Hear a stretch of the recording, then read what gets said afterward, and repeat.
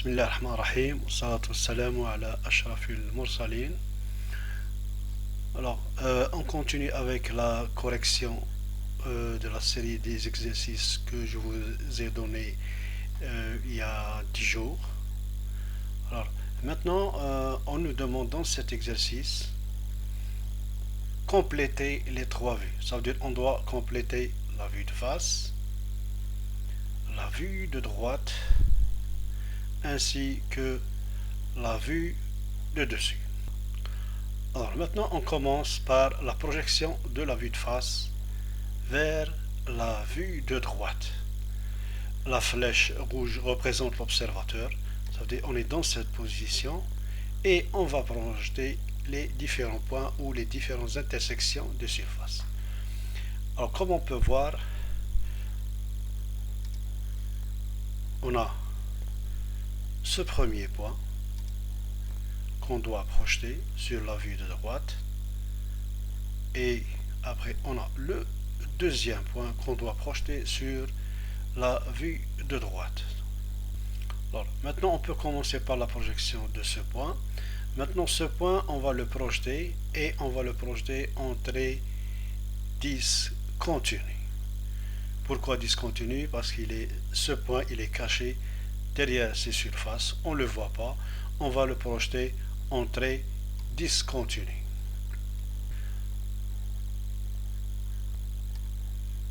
Voilà notre projection.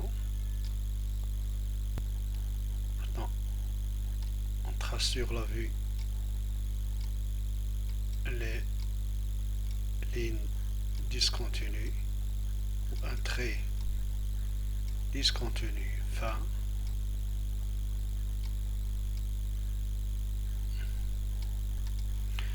Maintenant, après avoir projeté ce point, on va passer à la projection du deuxième point. Alors, pour ce point-là, c'est une arête visible. On la voit, voilà l'observateur. On voit cette intersection entre la surface inclinée et la surface verticale. Ce point, on va le projeter en trait continu fort. Alors, une ligne de projection ou une ligne de rappel entre les deux vues en trait fin. On continue notre projection sur la vue de droite. Alors, après avoir terminé la projection de ce point qui doit être représenté en trait fort continu, on voit qu'il y a une anomalie. C'est-à-dire là, il y a l'intersection de deux lignes ou deux traits continus forts. Et ça, c'est une erreur. On ne trouve jamais deux traits forts qui se croisent.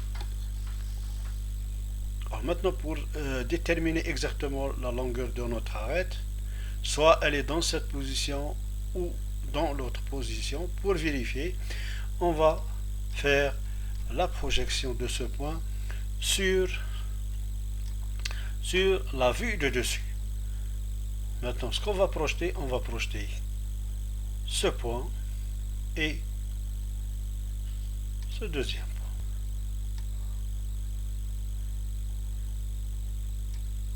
Voilà notre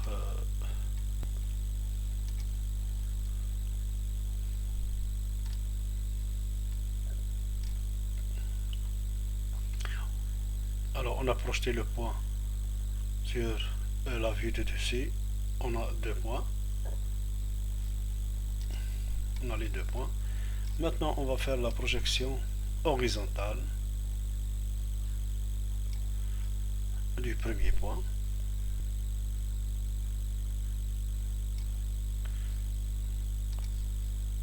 On peut passer au deuxième point. C'est l'extrémité de la pièce. Maintenant, on passe à la projection horizontale. Pardon, on passe à la projection verticale.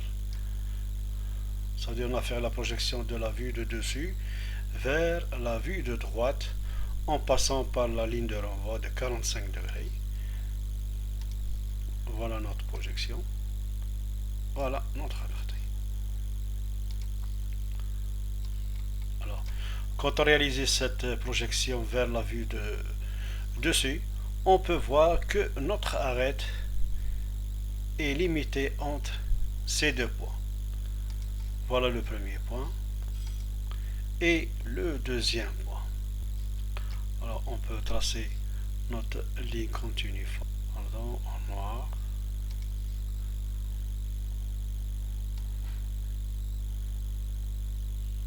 Voilà. Maintenant, après avoir terminé ou complété la vue de droite, on va passer à la vue de face. On va essayer de compléter la vue de face. Alors, notre observateur maintenant.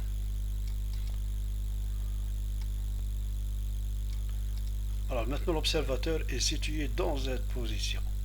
Ça veut dire on va faire la projection de la vue de droite vers la vue de face. Maintenant on va essayer de voir les différents points qu'on va projeter. Alors on a ce point. Alors on peut voir qu'on va projeter que cette intersection entre le fond de la rainure, on va le projeter sur la vue de face et on peut voir que ce point là n'est pas visible, il est caché derrière cette surface. On va le projeter en trait discontinu. Alors voilà, on va faire la projection de ce point sur la vue de face.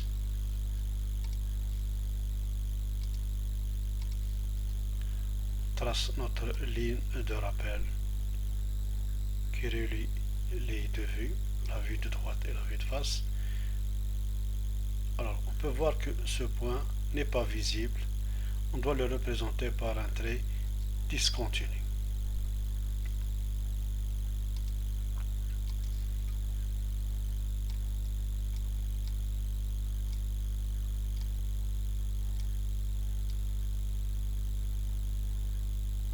Alors maintenant on peut voir que les intersections entre deux lignes continues fortes n'existent pas, mais on peut voir l'intersection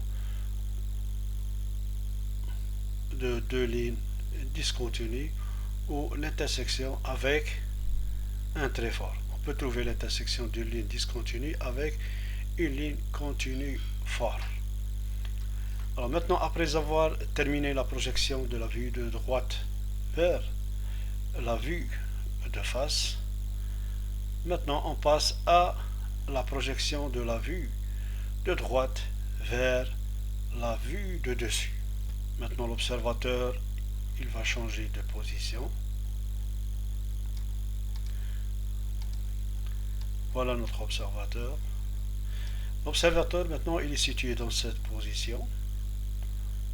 Regarde le dessus de la pièce, de la vue de droite, et on va essayer de voir quels sont les points qu'on doit projeter.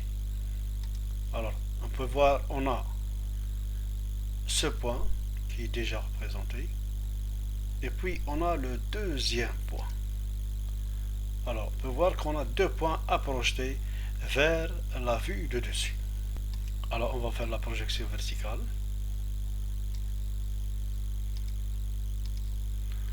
Ah, du premier point. Voilà notre projection verticale. Le premier point. Et puis la projection du deuxième point.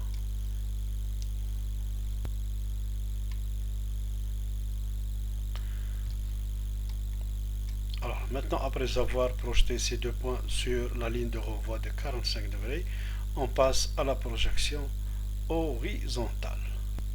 Alors, on réalise maintenant la projection horizontale du premier point. Alors, pour ce point, c'est un point caché, il est derrière cette surface, on ne le voit pas. On va le projeter sur la vue en trait discontinu.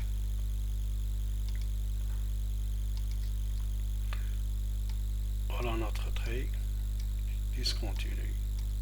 Voilà. Voilà notre premier trait. On passe au deuxième point.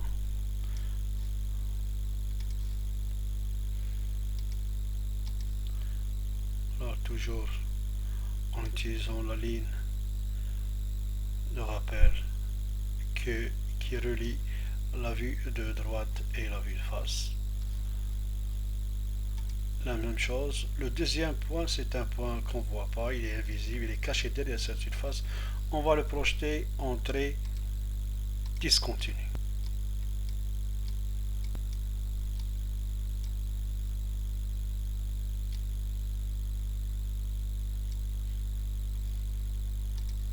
Alors maintenant, on vient de terminer la projection de la vue de droite vers la vue de dessus en passant par la ligne de 45 degrés. Et enfin, on a terminé la projection de la vue de face, la vue de droite ainsi que la vue de dessus. Merci de votre bonne attention et si vous avez des questions ou quoi que ce soit sur la projection orthogonale ou généralement le dessin technique, vous pouvez commenter sur la vidéo. Shukran.